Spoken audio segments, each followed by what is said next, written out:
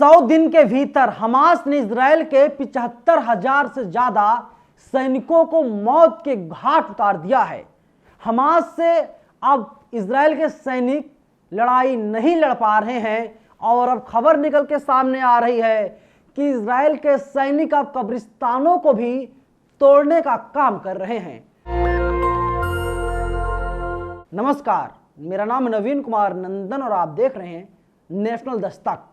आप सबको पता है 100 दिन से ज्यादा का वक्त गुजर गया और हमास फिलिस्तीन जंग जीतने जा रहा है।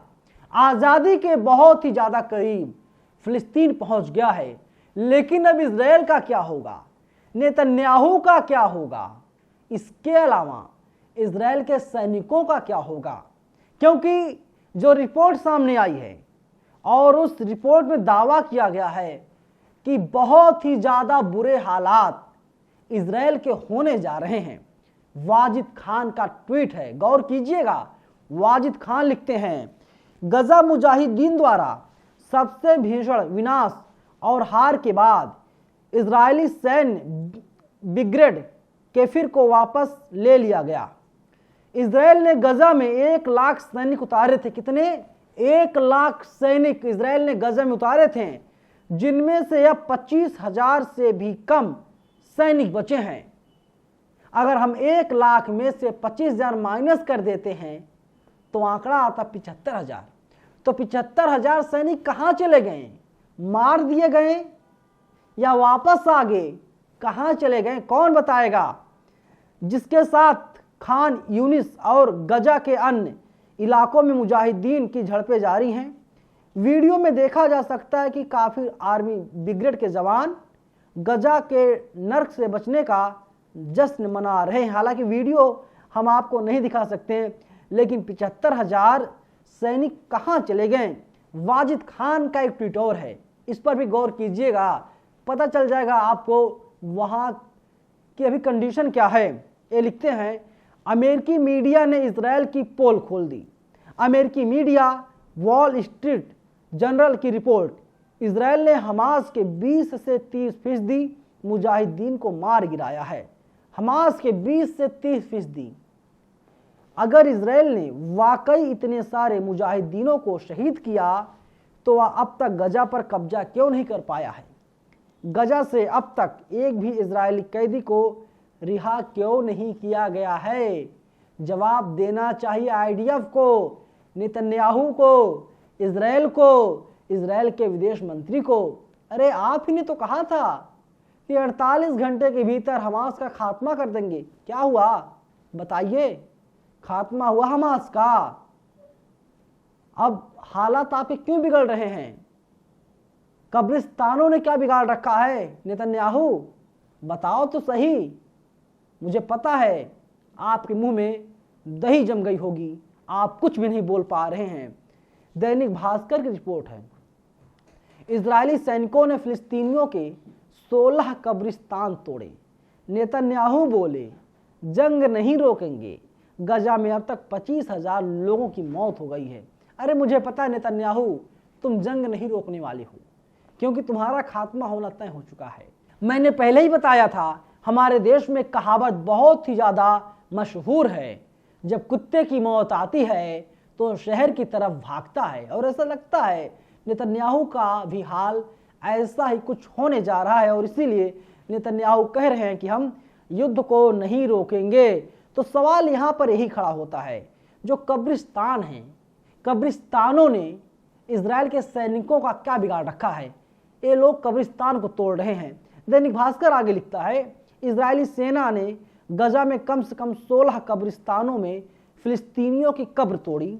अमेरिकी मीडिया हाउस CNN के मुताबिक उन्होंने कई वीडियोज और सैटेलाइट तस्वीरें देखी हैं।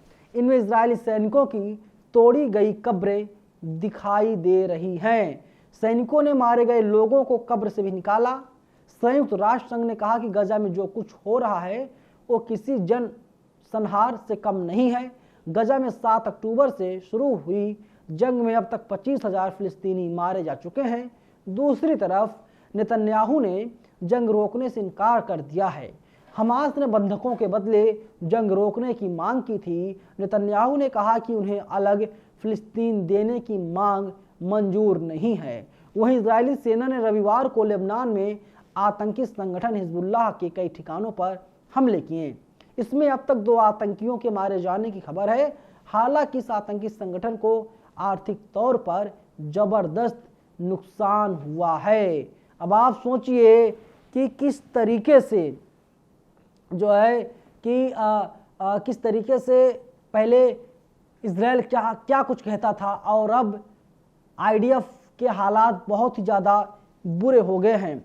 और वहीं देखिए आगे लिखता है दैनिक भास्कर, 4 देश सीज फायर के लिए तैयारी कर रहे हैं। टाइम्स ऑफ इजराइल की एक रिपोर्ट के मुताबिक अमेरिका, कतर, इजिप्ट और तुर्की एक सीक्रेट डिप्लोमेटिक मिशन में जुटे हैं।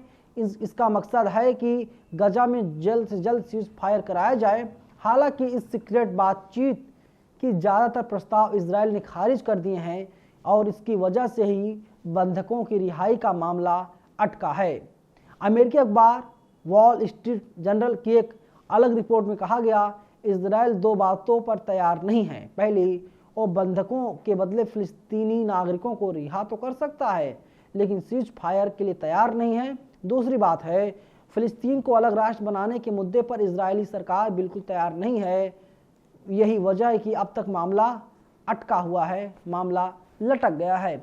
लेकिन आप सोचिए कि जो कब्रिस्तान है, कब्रिस्तानों पर इजराइल के सैनिक क्यों जा रहे हैं।